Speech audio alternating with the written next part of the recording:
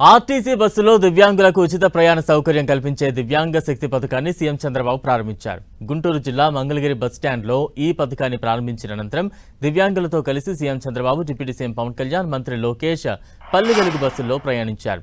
Don Bosco school మీదుగా Dolas Nagar, Prakash Nagar, Nolakapeta, Undavalli centre మీదుగా పెనుమాకు వెళ్లారు.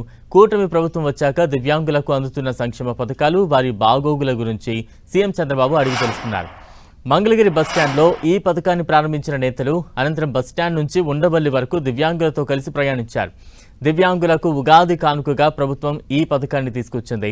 ఈ స్కీమ్తో దాదాపు 13 లక్షల మంది దివ్యాంగులు, వారి సహాయకులకు లబ్ధి చేకూరనుంది.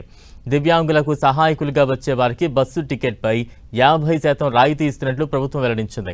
40% ఆ పైన వైకల్యం ఉన్నవారు ఈ పథకానికి అర్హులుగా ఉంటారని తెలిపింది. దివ్యాంగ శక్తి పథకం అమలుకు ప్రభుత్వం ఏడాదికి 207 కోట్లను ఆర్టీసీకి చెల్లించనుంది. ప్రయాణం అనంతరం దివ్యాంగులకు సీఎం తన ఇంట్లో ఆత్మీయ విందును ఏర్పాటు చేశారు. మంగళగిరిలో దివ్యాంగ శక్తి ప్రారంభం అనంతరం రాష్ట్ర వ్యాప్తంగా ఈ కార్యక్రమాన్ని ఎమ్మెల్యేలు ప్రారంభించారు. అనంతరం ఆర్టీసీ బస్సుల్లో వారితో కలిసి ఎమ్మెల్యేలు ప్రయాణించారు.